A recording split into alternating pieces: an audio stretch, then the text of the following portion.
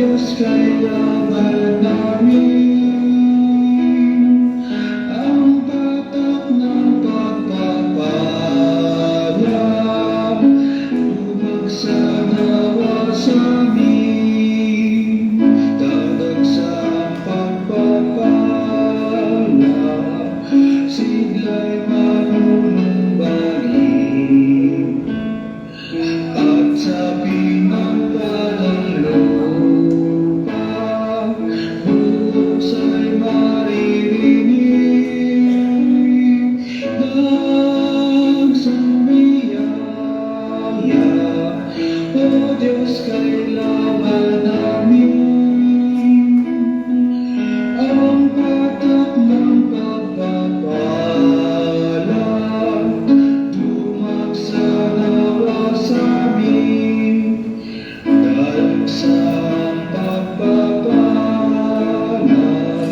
Sana nga, Panginoon, bigyan ng pananariwa kaluluwa namin ngayon ng sumiyaya. O Diyos, kailangan namin ang patak ng pagpapala. Bumagsak nawa sa amin. Kumayo po tayong lahat at sama-sama basahin ang sumasampalataya.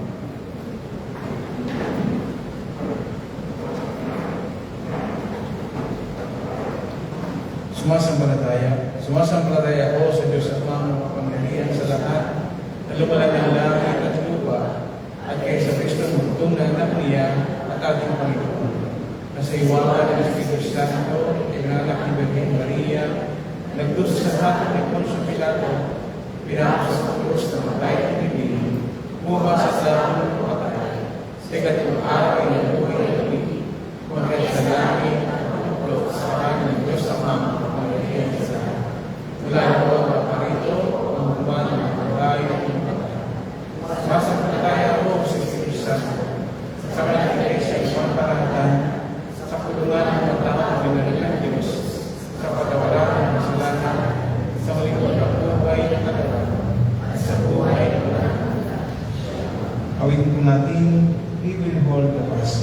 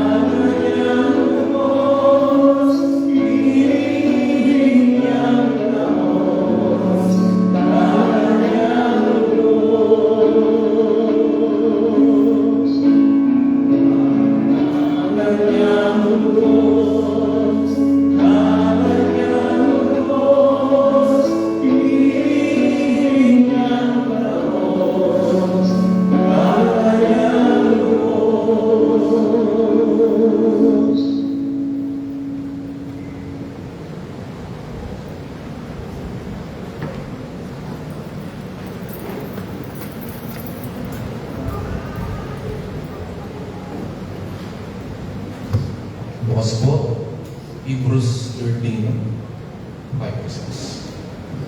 Isang paalala pangako sa pagharap sa buhay, lalo po ngayong 2026. Hebrews 13:5-6. Mga mananampalatayang dapat manatili sa Panginoon sa pananampalataya sa gitna ng matinding pag-uusig. Hebrews 13:5-6. Page 384, ang bagong ang Biblia. Sabay-sabay po. Umiwas kayo sa pag-ibig sa labi, at kayo'y masiyahan na kung anong mayroon kayo, sapagkat sinabi niya, sa anumang paraan ay hindi kita iniiwan o kababayaan man. Kaya panatag nating masasabi, ang Panginoon ang aking katulong, hindi ako matatakot. Anong magagawa sa akin ng tao? Let's pray. Salamat sa buwan kalakasan ngayong umagang panambahan. Ang kaloob ninyo, January 11, 2026. Salamat po sa inyong kind providence. Kahapon ay pinugunin niyo ang aming mga prayers na huwag umulan sa kasal ni Ulysses at ni Dean. Salamat po at naiawas ito ng mapayapa at naging pagpapala din ng pagdalo ng mga bisita at mga loved ones at mga kaibigan nila, kilala nila. Salamat po at kayo ang nagbubuklod ng pamilya para patuloy na tuparin ang mga kalooban, lalo ang pagtataguyod ng pamilya ng Panginoon. Salamat din, Travel Mercies, pinagkaloob niyo po kina Dr. Nenet, kina Sonia, kay Kuya Toto, sa bawat isa din na nananalangin para sa kanila, ay po ang pinasasalamatan namin sa kindness and goodness and mercy ninyo. At patuloy din, salamat at nakaka-reformer na po si Brother Marlon sa kanyang karamdaman. Tulungan niyo po kami ngayong umaga sa aming panambahan. Sana po maging encouragement, maging aming kalakasan sa buong taon ito, ang paalala at pagpapatibay na may akda ng Hebreo na patuloy na kailangan namin ano man ang kalagayan namin sa buhay, dumadanas man ng kahirapan, dumadanas man ng sapat na pagpapala, o kahit paano ay may provision na meron kami, makita namin ang turo ng banal na kasulatan. Ito ay kailangan namin lagi. Ang patuloy na godliness, yung contentment, it is a great gain. At yung pagsupil sa kasakiman sa aming puso, para patuloy na ang inyong presensya ay mapasa amin. Samahan niyo po kami, lalo sa Sunday School, maya-maya konti, panambahan mamaya hapon, yung fellowship ng mga youth, kasama si Dr. Nenet, yung interview kay Ate Stella, ay po ang magpala. Nawa ang Espiritu Santo ang maging tagapagturo namin ngayong umaga, may kabalisan sa puso niya, lagak po nawa niya ito sa paanan ng aming Panginoon. Papatawad po sa mga pagkakasalang na isip, na salita at nagawa. Hugasan at isip po kami ng inyong banal na dugo. Bagay po nawa namin ang aming kapatawaran sa inyong minsanang kamatayan sa sapat na sa bawat nanampalataya na hinaring ganapan, binihisan ng damit ng katwiran, ng confession of faith namin. At kami ay patuloy na pinapatibay at pinatatatag bilang anak sa patuloy na aming pagsisisi at pagkumpisan ng aming mga kasalanan. Patuloy po na gabayan at pagtubayin po kami sa umagang ito. Hadlangan ng gawa ng Diablo, bigyan kami ng gabay at pagtubay ng Banal na Espiritu Santo.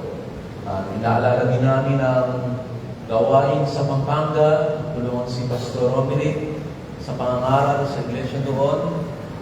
Church din po sa Tarlac ni Pastor Ray Villanueva, sa Mungalo Tarlac. Church din po ni Pastor Jason Pilapin sa Tarlac City. Salamat din po sa prayer fellowship ng mga Reformed churches kahapon na naganap sa Cubao. Nawa, tugunin niyo po ang aming mga panalangin ayon sa inyong kalooban kapag ang awa ng aming Panginoon. Maging kaaliwan po nawa namin ang inyong mga salita ngayong umaga sa mga bata, sa mga kabataan, elementary, high school, senior high sa college, mga nanay at tatay dito, mga senior citizen na kayo po ang maggabay at magpala. Salamat nga din po, nandito si Kanin pa, patuloy, hindi pong special na presensya sa kanya. Bagamat di na siya nakakakita, maranasan niya ang inyong presensya lagi. Sa inyo po ang kapurihan at kapasalamatan sa oras na ito. Dalangin po namin ito. Pangalan po lamang ni Cristo Jesus. Lahat po ay magsabi ng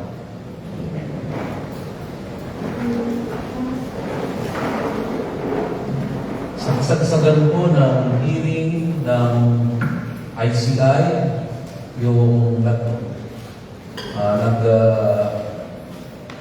nagkakaroon ng hearing sa flood control scandal. May kakaibang ginawa yung namumuno doon, si retired Justice Reyes. Biglang itinaas niya ang plaque o ang placard niya.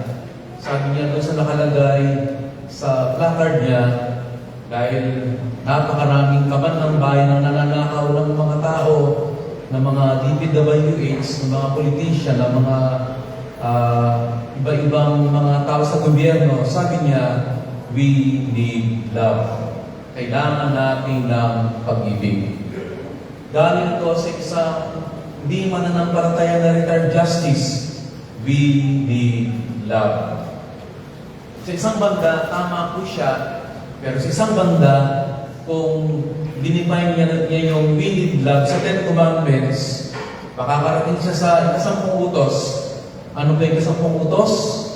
Huwag kang mag-iimbot. Huwag kang mag-iimbot. Yun ang dahilan. Kaya nasa black ng ating bansa sa flood control scandal na ito, marami sa mga politiko o mga namumuno o mga nagtatrabaho sa gobyerno natin nakaligtaan o pinabayaan ang ikasampung utos, huwag kang mag-iimbot. Akma po yun sa ating mensahe ngayong umaga. Ano po ang title? Isang pag-aalaala at panghawak sa pangako ng Diyos sa pagharap sa buhay. Ang teksto ay Hebreo 13:5-6. Pamilyang text, pero sana po patuloy ito ay matutunan natin lahat sa tulong ng Panginoon. Ano po ang pinaka-mensahe ng talatang ito? So ito po yung pinaka-mensahe niya. Isang paalala, pangako ito, patuloy ng Diyos sa mga kanyang tinubos. Kailangan tuloy-tuloy, supilin natin ang ating mga nananahang pangkasakiman sa puso at bungkalin, paunlarin ang kabanalan sa pamamagitan ng kakontentuhan para sa kalwalakihan ng Diyos.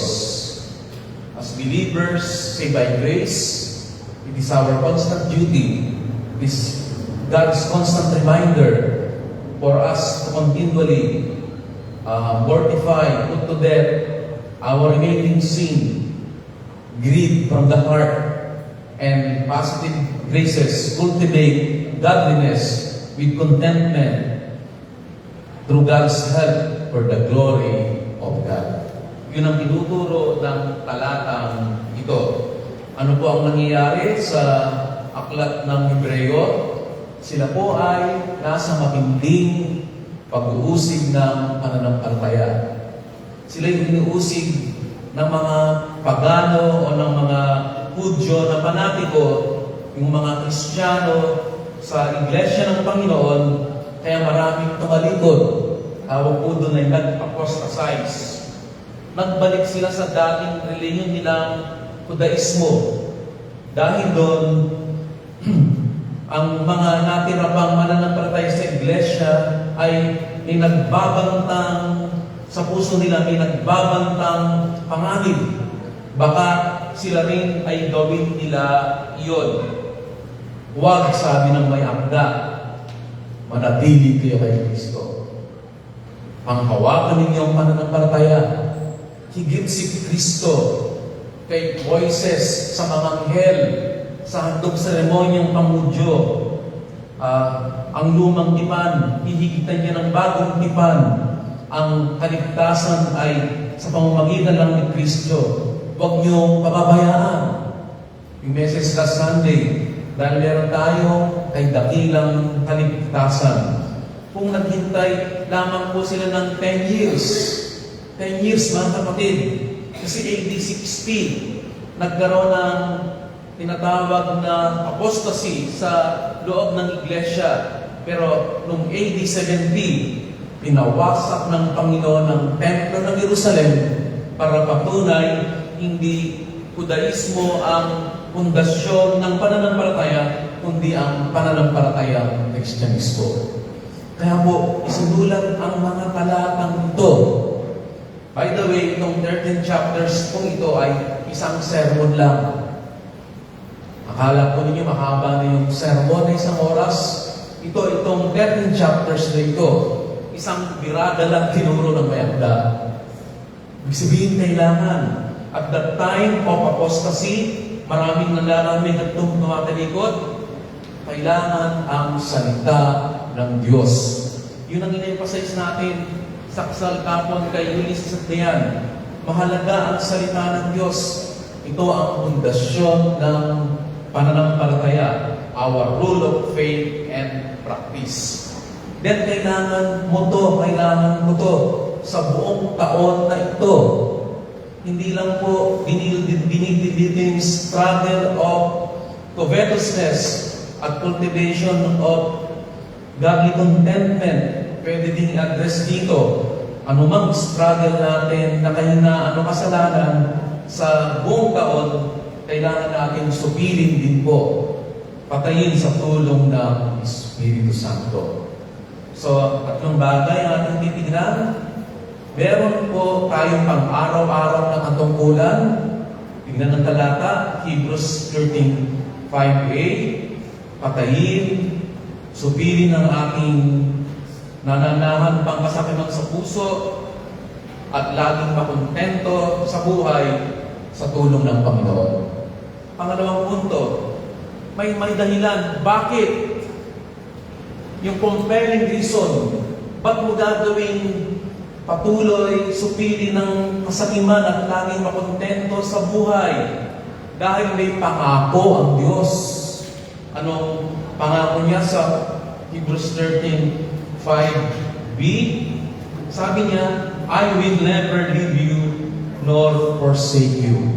Hindi kita iiwan o papabayaan man.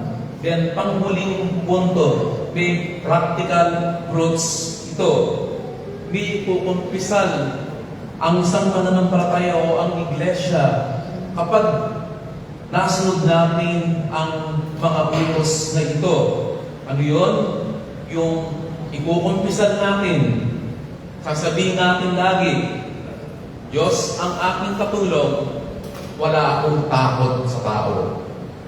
The Lord is my helper, I will not fear. Mahalaga pagsasabuhay. Samahan po nawa tayo ng Panginoon sa mensaheng ito. Ano po yung hinihingi niyang katungkulan? Tignan ang talata. So, applicatory part na to ng Book of Hebrews. Ito ay mga command. Ito ay imperative.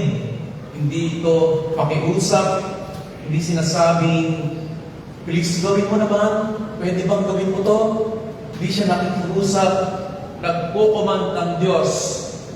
Umiwas kayo sa pag-ibig sa salapi. Kayo masaya na mayroon kayo. So, nagbibigay siya ng direct command. Emphasis added. Sabi ng ESV na keep your life free from the love of money. So, mahalaga pong turo ito sa time na ito na maraming nawalan ng hanap buhay, maraming nagipit dahil sa pag-uusig ng mga amo o boss na di Kristiyano, biglang tinanggalan sila ng trabaho, maraming family na nag-away ang mga magulang ng mga mag-asawa, nagkaroon ng yung asawa Kristiyano na babae o lalaki, nung makilala ng Panginoon, biglang di na niya sinuportahan ng kanyang asawa, financially, o ang anak o magulang. Kaya nakuha niyo po, lalabas yung greed, yung kasakiman. Kasi sinasabi nila, naku, pag wala na akong pera, gutom. Pero hindi na ina-address. Bigyang diin, tignan niyo po yung talata. Sabi niya, umiwas kayo sa pag-ibig sa salapi. Hindi pera ang problema. Anong problema? Anong problema? Pag-ibig sa salapi. May nadalaw na akong kasal sa few years back. Kaibigan ko yata. Kaibigan yung kinasal. Nalungkot ako nung sinabi ng preacher sabi niya, alam niyo ang problema natin lahat? Money is the root of all evil. Napaisip ko parang hindi yata yung turo ng Biblia. Ano pang turo ng Biblia? Hindi money is the root of all evil. Ano turo ng Biblia? The love of money. Kailangan nating pera sa pagganap buhay. Kaya sa ating pagtatrabaho, may katapat na remuneration. May katapat na sahod. Yun ay nararapat. Ang tinuturo ng may akda at the time of suffering, kontrolan mo yung puso mo, yung kasakiman. So, ano yung pagkontrol ng kasakiman? Ito sa English, habitual life, daily, ang word sa theology, mortifying our remaining sin. Ang word lang na mortify, patuloy, subiling o patayin ko sa tulong ng Espiritu Santo ang kasakiman na nasa puso ko. Yun po yung tinaas na card ng retired justice ng ICI. We need love. Positive na turo ng Biblia, we need a heart that readily mortifies, na patuloy na sinusupil sa ating mga puso ang nalalabipang kasakiman. Kasi the whole life is at stake. Sabi ng talata, sabi sa ESV, keep your whole life free. So, kapag sinasabi natin Kristiyano na tayo, meron na tayong bagong buhay kay Kristo Jesus, meron na tayong indwelling Christ. Nasa puso mo na si Kristo, susupilin mo na yung pwedeng gumapi sa iyo na kasalanan.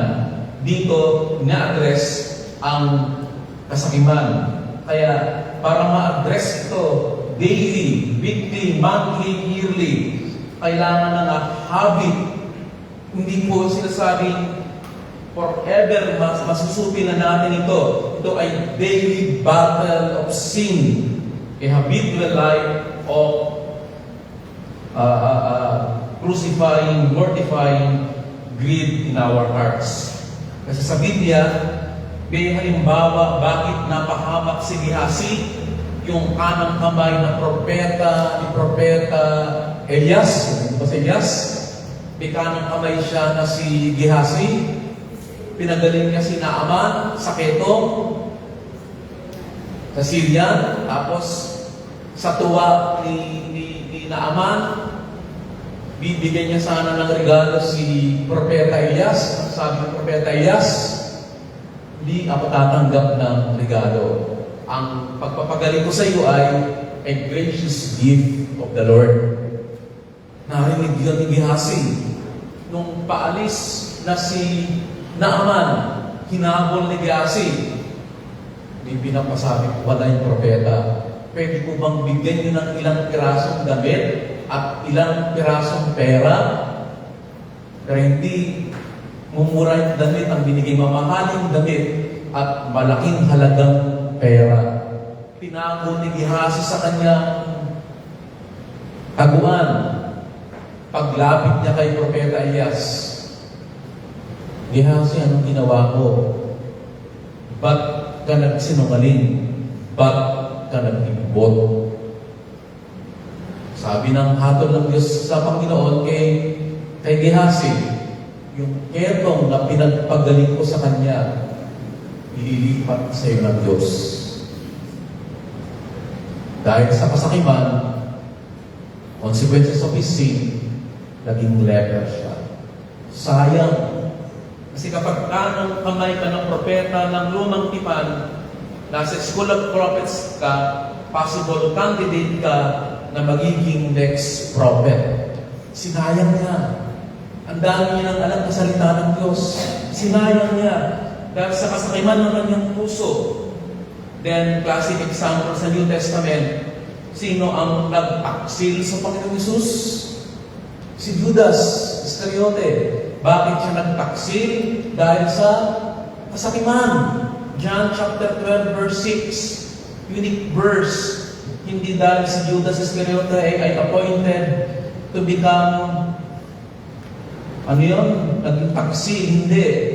Bago pa ang nasa puso ni Judas Iscariote, si Apostle John lang nagsulat nito. John 12 verse 6, nung inandog nung isang babaeng makasalanan, yung langis para sumarya, kumuha ng isang libra na mamahaling pabango upang pahiran ng Panginoong Hesus. Anong sagot ni Judas Iscariote? John 12 verse 6, John 12 verse 5, sabi ni Judas, bakit di pinagbili ang pabango? Ito na 300 denaryo na ibinigay sa mga dukha. Bakit sinayang ang langis? Bakit kailangan pahiran ng Panginoong Hesus? Kasi pinaitulot ito ng Panginoon para preparasyon sa kanyang kamatayan. Ganoon niyo po ang sagot ni Apostle John through the Holy Spirit's guidance. Wala ito ang Matthew, Mark, and Luke, ang John lang, verse 6. Ito ay sinabi niya, hindi dahil nagmamalasakit siya sa mga dukha, kundi sapagkat siya ay isang magnanakaw. Palibhasa ay nasa kanyang supot, kinukuha niya ang inilalagay doon. Sayang po, kagaya ni Gehazi, 3 years, narinig niya ang salita ng Panginoon. Nakapagmilagro siya, nakapangaral siya, dumali sa kanya ang salita pansamantala. Pero yun pala, after 3 years, hindi niya nasupi ng kasakiman sa puso niya. So, yun ang remaining sin in our hearts. Pag believer ka na, ito ay nananandig dyan pa rin. Kaya sabi ng Apostol Pablo, 1 Timothy 6:10, iwas lagi. Ito ay dapat paggising pa lang natin, pinagpipray natin. 1 Timothy chapter 6 verse 10. Ano ang key verse sa buhay Kristiyano araw-araw para patuloy na paalala sa ating pong lahat? We face another year. 1 Timothy 6:10. Pag-ibig sa salapi, ugat ng lahat ng uri ng kasamaan, ugat talaga siya Hindi siya bunga, fruits lang yung pagnanakaw ang ugat ng graft and corruption sa Philippine government ay pusong sakit, pusong pakasarili. Tapos sabi niya, ng ilan ay nagnasa dito na palayo sa pananampalataya. Kasi ang context ng 1 Timothy 6 ay ito yung priority ng mga false teachers, kasakiman, yung pakinabang, sa halip na pagtuturo ng tamang aral at turo, at dinagaya ang mga tao para sila pakinabang sa mga taong tinuturuan nila. Sabi niya, napalayo sa pananampalataya. Pinusok ang kanilang sarili ng maraming kalungkutan. Kaya sabi ng writer ng Hebrews, keep yourselves free from the love of money. Kasi pagkakaroon ka ng joy in Christ. Joy of Christ is connected to our constant putting to death our sin of greediness. Then positive, i-cultivate natin yung positive graces. Ano yun? Ay yung cultivation of positive graces. Hebrews 13 and verse 5b. Hindi mo lang susupilin ng kasakiman. May bubungkalin o i-cultivate tayong graces. Ano yun? Basihan na kung ano ang mayroon kayo. CSB, Hebrews 13 verse 5. Be content with what you have. Ibigyan muna natin ang talata. What you have. Kung ano ang providensya na binigay sa iyo ng Diyos. Sa kontekstong ito, hindi sila sagana, hindi sila marangya, hindi sila sobra-sobra. Dito sa kontekstong ito ay sapat lang, minsan kulang pa. Nakuha niyo ba yung konteksto? Pero ano yung encouragement ng Panginoon? With what you have. Ano bang meron ako? Sabi ng parable of the talents, bibigyan ng Panginoon ng bawat isa, ito ay stewardship. May isang talento, bibigyan ng 2 talento, iba bibigyan ng 5 talento. Anong ginawa ng may 2 talento? Stewardship. Pinaunlad nila, binungkal nila. Ginawa nila yung kanilang katapakan sa mga pinagkatiwala ng Diyos sa kanila. Kay property, kay gift, kay spiritual gift, o ano mang meron sila. Yung 5 naging 10 ang talento. Yung 2 naging 1. Pero nag-iisa, anong sinabi niya? Anong ginawa ng alipin na yon? Servant na yon? Binaon sa lupa. Nung dumating ang araw ng paniningil, sabi ng Panginoon, nasaan yung talento ko? Panginoon, binaon ko po sa lupa. Kasi, meron siyang heart thoughts of God. Alam ko, hindi tama ang ginagawa niya, ganito, ganon. Then, hindi tama yung puso niya. Anong sabi ng Panginoon na nagtiwala ng talento? Kunin yung 1 talento, ibigay mo sa may 10. Bakit? Siya'y naging masama. Hindi niya ginamit ito para sa aking kaharian. Hindi problem yung 1, 2, and 5 talents. Ang binibigyan din ng talata, kung ano man ang pinagkatiwala sa akin, maging mabuting katiwala. Makontentuhan muna. Kaya sabi ni John Calvin, give us patience to what we have received in your hands. Not greedy recipient. Kasi ang Panginoon ang may alam. Panginoon ang nagpapala. Panginoon ang nagpo-prosper. Hindi tayo pwedeng manunggit. Pagka hindi lang 5 talento ang binili sa akin. Ang galing mo naman, ang talento ko naman. Ang galing-galing ko naman, madiskarte sa buhay. Pag 1 talento lang ako, hindi po sinasabi ng may akda. Be content of what you have. Be content of what you have. Bigyan din, di sinabing be content of what you have not. Kasi may mga wala, may mga hindi naman nagsusumikap sa buhay, nag-iimbot. Gusto makuha yung 5 talento. Yung isang talento, panganya hindi siya faithful. Gusto niya makuha yung 5 o 2, yung isang talento niya, hindi pa siya sasapat. Ibig sabihin, issue of the heart. Ako niyo po, kung masupi lang kasaliman, average income earner ka o daily hand to mouth ka o meron kang sapat na kita o kahit paano merong provision ng Panginoon at merong minsan sobra-sobra o may pagpapala ng Panginoon. Issue of the heart, yung godliness with contentment. Kaya sabi ng Apostol Pablo, if we have food and clothes, makontento na tayo. Apostol Pablo, meron tayong dinaramit, may kinakain tayo, matuto, makontento. Yun ay side by side. Pagsupil sa kasalanan, pagbungkal ng kakontentoan ng may kabanalan. Ang word na kontento din, hindi sinasabi ng standby sa kanto na araw-araw naglalasing. Hindi sasabihin, kontento na ako sa buhay ko.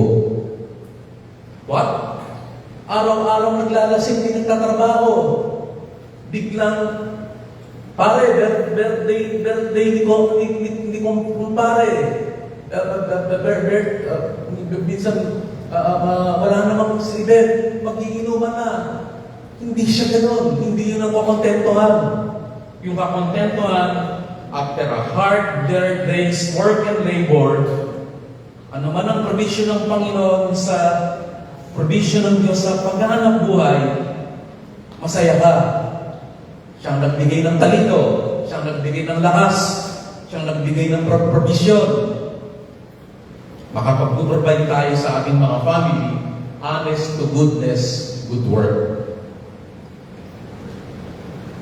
Yung blood control scandal, at the tip of their hand, hawak ng mga politician na ito, ng mga government employee na ng tipo DPWH, ng mga contractor na ito. Milyon at bilyon. Walang hard work. Walang hindi hard-earned money. Nako niyo po, kaya ang mga Pilipino, yung baby pa, yung baby ni Minya, may utang na yan, sabi, 154,000 ang utang na niya. Yung baby. Ibig sabihin, yung mga namumuno sa ating bansa, corrupt talaga. Hindi nila inisip ang future natin. Isipin mo 17 trillion pesos ng utang ng bansang Pilipinas. Kaya nakakalungkot. We need prayer, we need grace. Kaya kailangan yung teaching na ito na ma-reiterate sa loob at labas ng bawat Kristiyanong family sa iglesia at sa ating pamumuhay. Yun po yung unang punto.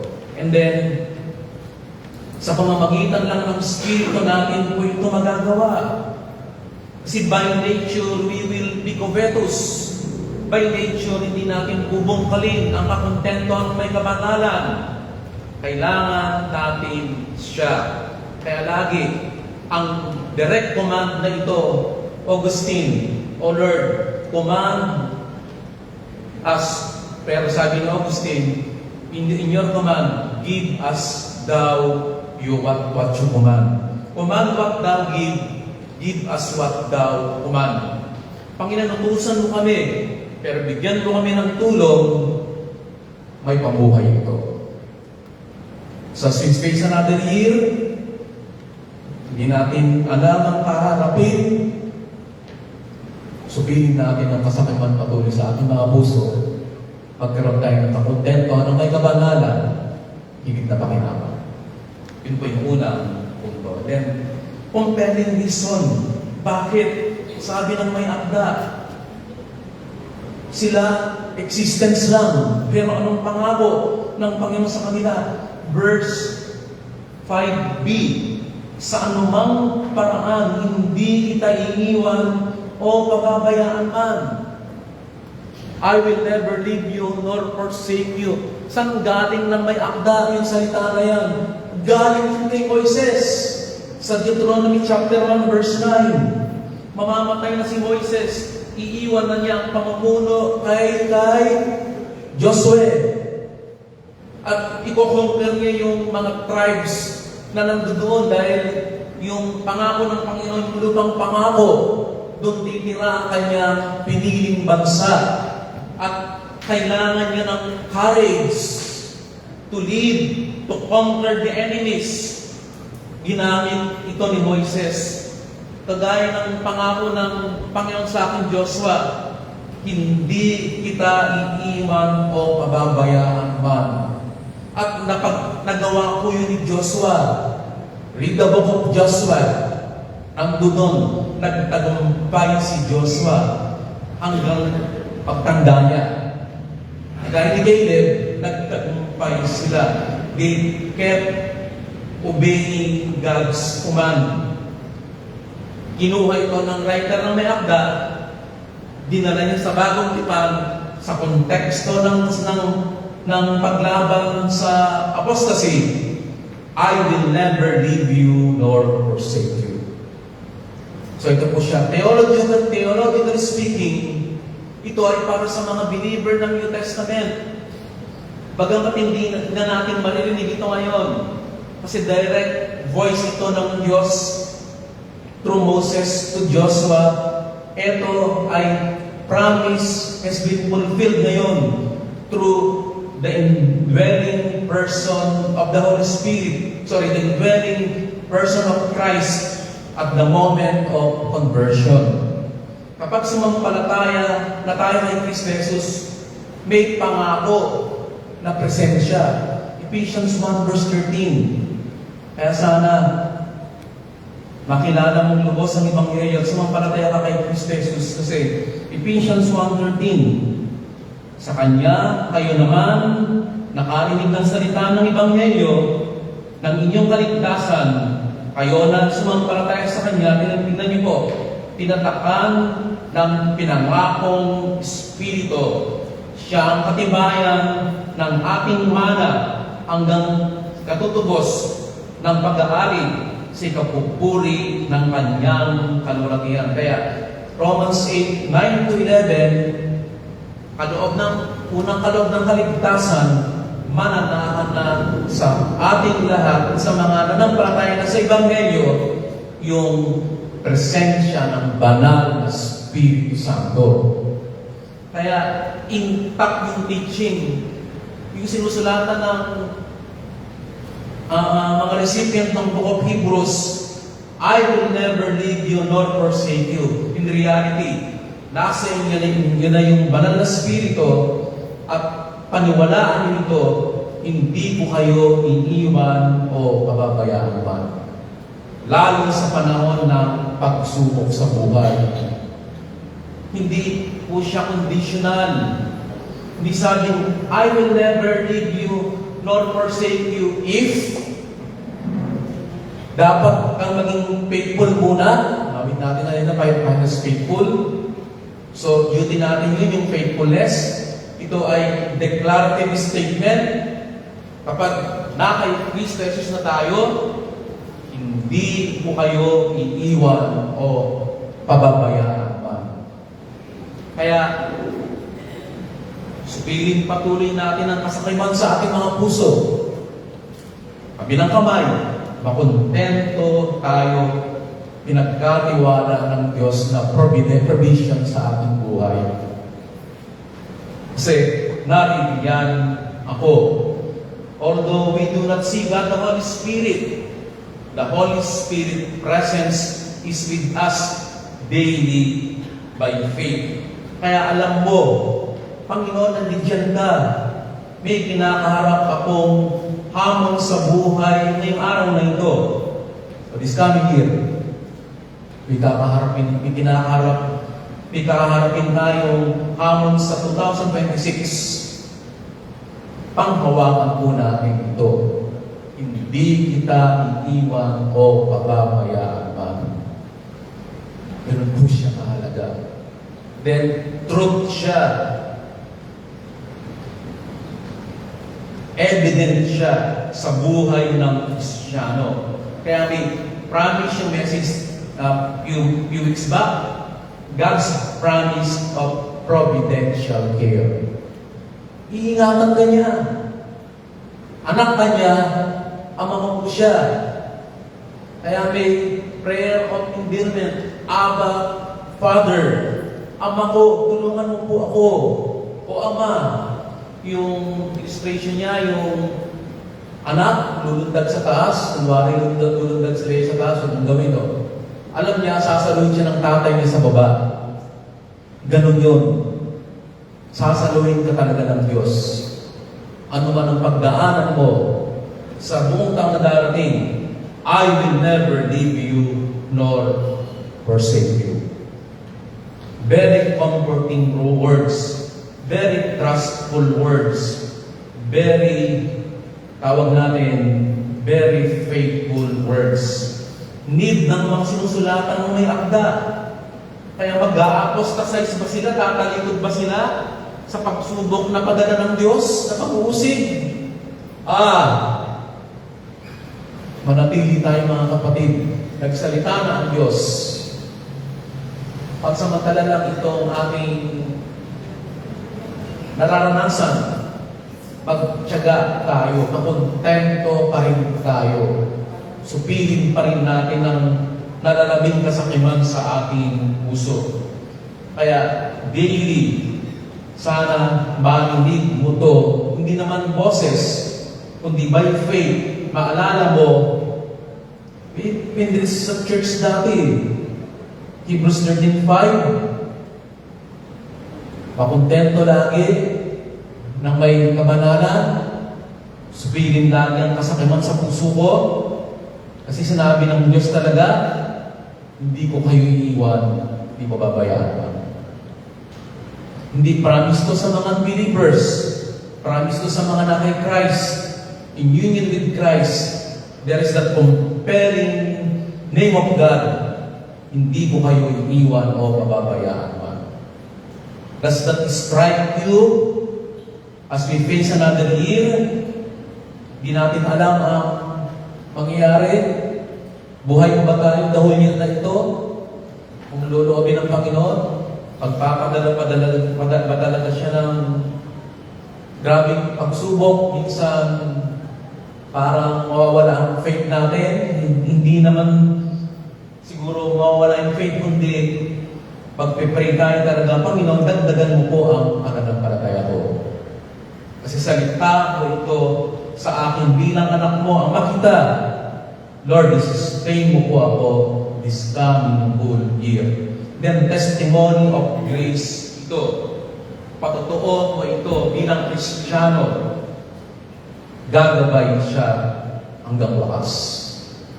Kaya sana mainggit ka, hindi ka patunay na mananampalataya ngayong umaga. Bakit ayaw mo ng God's gracious providential care? Kaya ang mga di-Kristiyano, hindi ganito ang pangako. Promise ito sa mga true believers in the saving gospel. And I hope we pray and we plead to God. Ligtas yung dalawang anak namin, si David at si Leah. Kasi yun ang pinakamahalagang pamana ng mga Kristiyano magulang sa anak. Makilala nila ang Panginoon. I will never leave you. I will never forsake you. Sabi ng Panginoon. And then, practical proofs, i-confess mo. Hindi mo yung Hebrews 13 verse 6. Ang tindi ng implikasyon niya sa buhay. Meron bang bunga ang tunay na pananampalataya? Opo. Kaya panatag naming masasabi. Sino magsasabi nito? Yung iglesia nasa matinding pag-uusig. Hindi niya sinabing masasabi ko. Sinasabi ng may akda, dapat makonfess ninyo ang iglesia ng Jerusalem under persecution at this time na rampant ng apostasy. Sana ito yung patutuunan nyo. Ano yun? Panginoon ang aking katulong. Hindi ako matatakot. Anong magagawa sa akin ng tao? Dwell on that. Meditate on that this week po. Kasi this confession is mouthful, an expression of the heart. What we confess in our mouth comes from the heart. Kaya sabi, if you confess Jesus Christ is Lord, you will be saved. Romans 10:9. Pero hindi pa po, ito yung sanctified confession of faith. Kapag sinabi mo, the Lord is my helper, I will not fear. What can men do to me? Ito po ito. Sa puso, buhay at kaluluwa ng mga kanya. At whatever states in our walk with God. Kasi verse 6 flows out from verse 5. Kung may habitual life of araw-araw na kasanayan na pagsupil sa kasaluman at kakontento ng may kabanalan, lalabas yung verse 6. Lalabas yung Panginoon ang aking katulong, hindi ako matatakot. Cycle of obedience, John 14:21. Sa pagsunod patuloy ng mga talata ng Biblia, nandun ang paggabay, pag-ibig, pag-provide ng Panginoon. Cycle of obedience. Kung hindi natin ipapamuhay yung verse 5, verse 6 will not automatically come out. So, ini-issue yung fear. Pwede po bang may nagsasabing Kristiyano ako pero may takot ako sa buhay? Possible mangyari sa akin. May fear ako. Paano ko akong mauna? Asawa ko. Paano na siya? Paano yung mga anak ko? Paano yung mga apo ko? Sa iba sa inyo. May fear ako na ganito. Real yan. Real situation yan. Possible sa sinusunagan niya dito. May mga Kristiyanong magulang na nawalan talaga at inaalala ang mga loved ones o mga anak o mga apo. Ano yung confidence nila na totoo yung faith nila? Sabi na may akda. Kasi ano yung fear? The fear of man brings a snare. Ito yung turo yun ng lesson natin few years back. Kawit ka 29:25. Anong sabi ni King Solomon? Kawit ka 29:25. Kaya delikado kapag may takot tayo sa tao. Ano daw po ang kailangan? Kawit ka 29:25. Tingnan niyo po, ang takot sa tao, naglalatag, bitag. Ngunit ang nagtitiwala sa Panginoon ay maliligtas. The fear of men brings a snare. Kaya, number one enemy natin yon, yung takot sa tao. Takot sa tao. Ano yung solusyon? Pagtitiwala sa Diyos o fear of God. Side by side. Fear of God or trusting God. Possible, itong may author ng Hebrews na ito, fear or fear of fear, hindi ko nasingit yun, no? Kasi yung iba, may takot din sa takot nila. Anong kinatatakutan ko? May kilala ba kayo ng dami kinatatakutan? Yung iba sabihin natin masipag sa kabanalan o napakasipag sa pananampalataya nilang relihiyon, napaka-fearful naman. Napaka-fearful naman, very fearful. Something wrong in the heart. Kasi kapag nakilala mo ang Ebanghelyo, unang gagawin niya sa puso, magkakaroon ka ng biblical courage. Hindi ka magiging mahiyain na. Ba't ka mahiyain? Sa likod ng pagiging mahiyain, may hiya sa tao. May sasabihin sila. sa itsura ko, sa sasabihin ko, sa gagawin ko. No. Kapag nakilala mo ang Panginoon sa Kristo, magkakaroon ka ng tapang na sabihin ang totoo. Kaya confession comes from the heart. Tutulungan ako ng Panginoon anong dapat nating katakutan. Fear can only be overcome by that fear of the Lord. Kaya sana sa pagharap ng bagong taon na ito, makita natin ang relevance ng teaching na ito, may fruit siya. Masasabi ba natin talaga, hindi ako natatakot sa tao kanino man? Ang Diyos ang aking katulong. The Lord is my helper. Imagine natin, nakaupo ang Panginoon sa Kristo sa kanang trono ng Ama, ever ready to help. Tutulungan ka niya.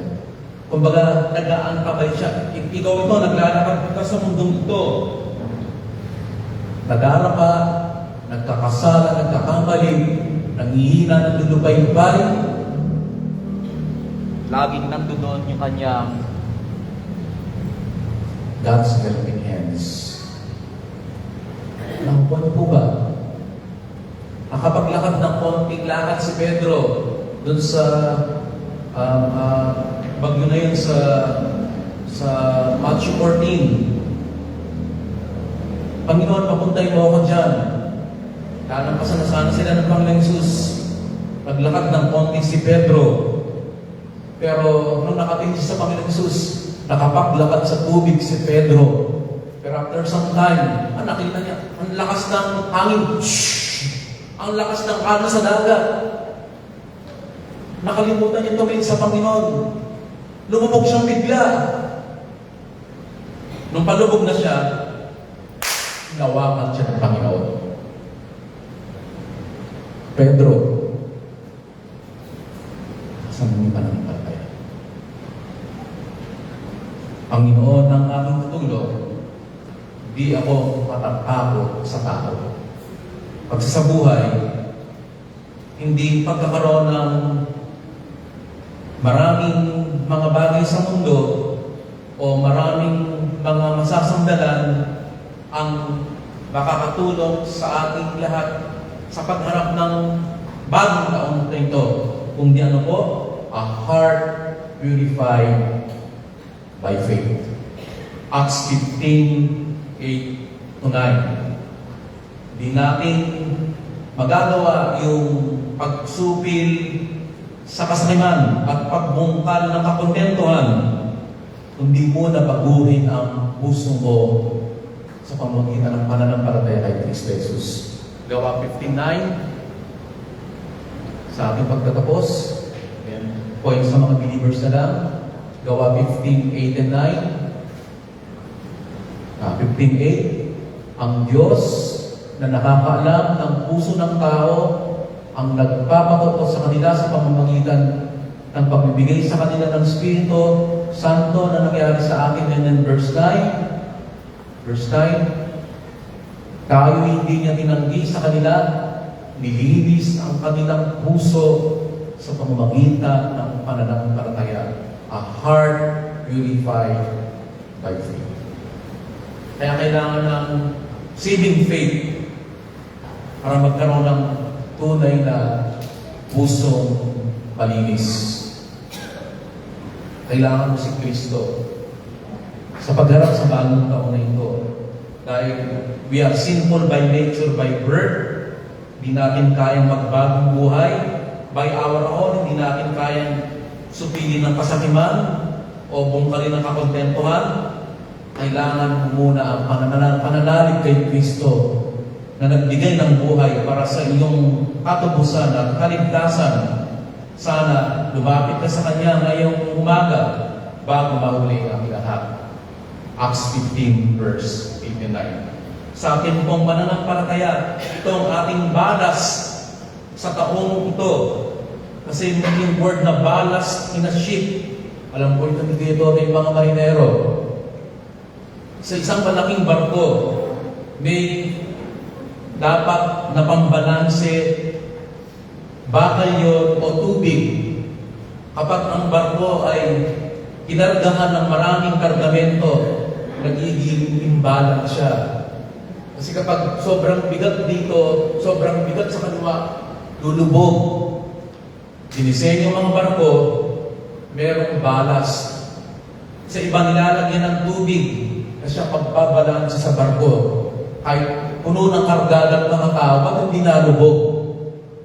May something na bakal o tubig, pambalanse sa bawat barko para hindi lulubog. Pagharap natin ng bagong taon na ito, pambalanse at Hebrews 13:5-6. Para hindi tayo lulubog sa ating pananampalataya. Samahan nawa ng Panginoon ng kanyang mga salita sa taong ito, isang pag-aalala at pangako ng Diyos sa pagharap sa buhay nito. Salamat sa inyong mga salita, paalala at pangako sa aming lahat.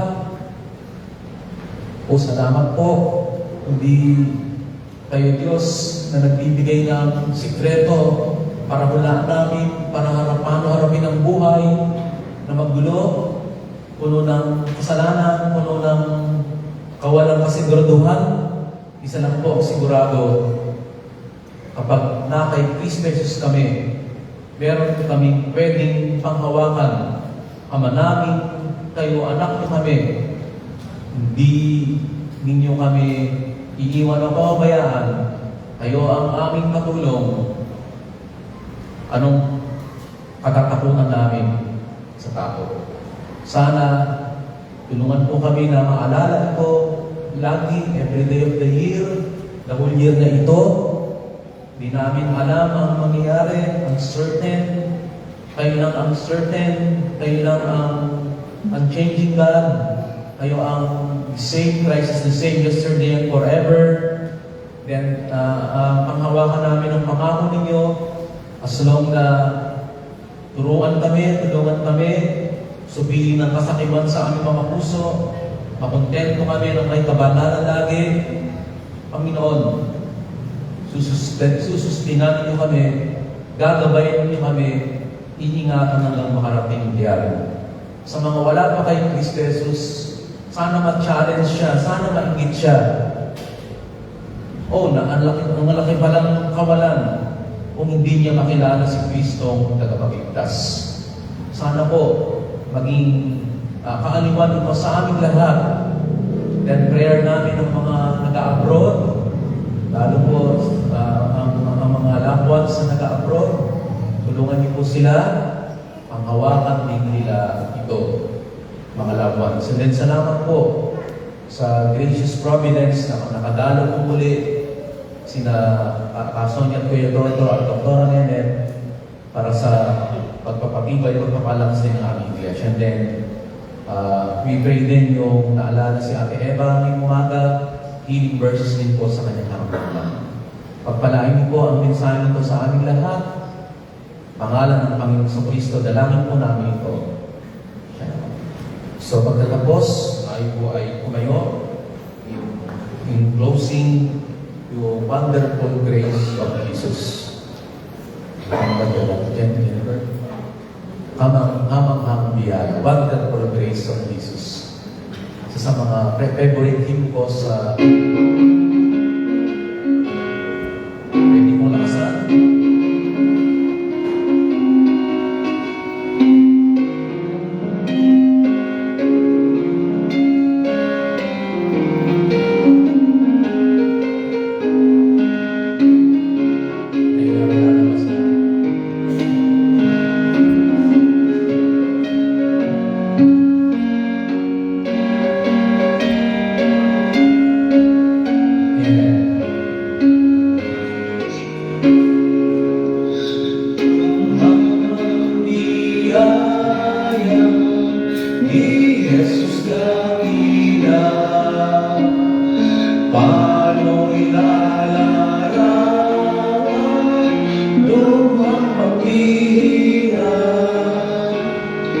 Aming pagkakasala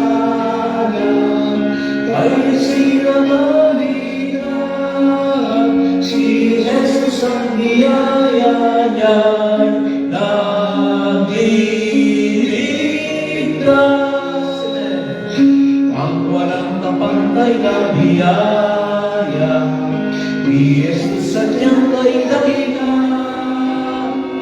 Biyaya may kasapagan sa'kin, sapat sa'kin, mas dakila sa'king kasalanan. Sa kasama ko'y kahirap, o ngalan niya'y wala din, Jesus ay purihin.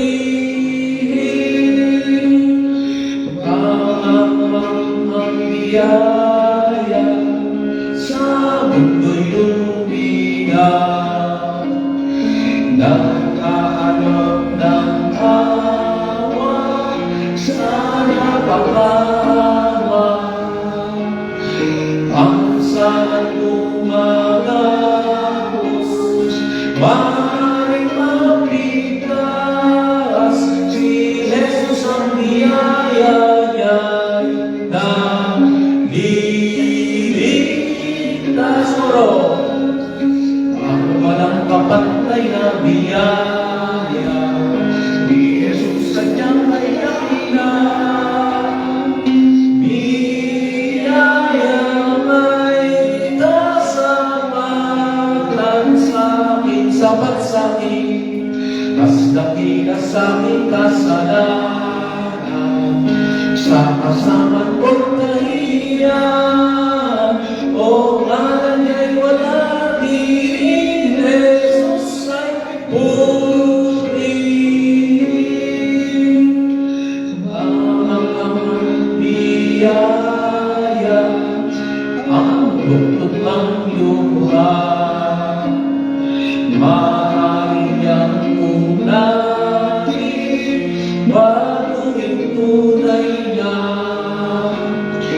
Ang pagpupot ng Diyos sa Kanya'y gagawa, si Jesus ang biyaya niya'y nagliligtas. Koro, walang kapantay na biyaya ni Jesus sadyang may dakila.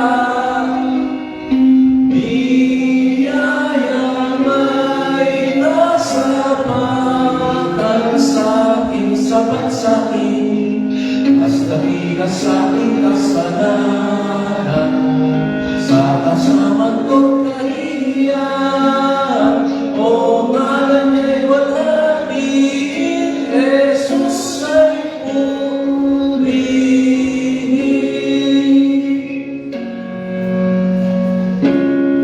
Pag-ibig ng Diyos Ama, pag-ibig ng Banal Espiritu, diyan na kay Kristo Jesus, pag-ibig ng ating po nawa ninyong makasabing lahat. Pangalan po lamang ni Kristo Jesus, lahat po ay magsabi ng Amen at Amen. So, makaupo muna pang sumagdali.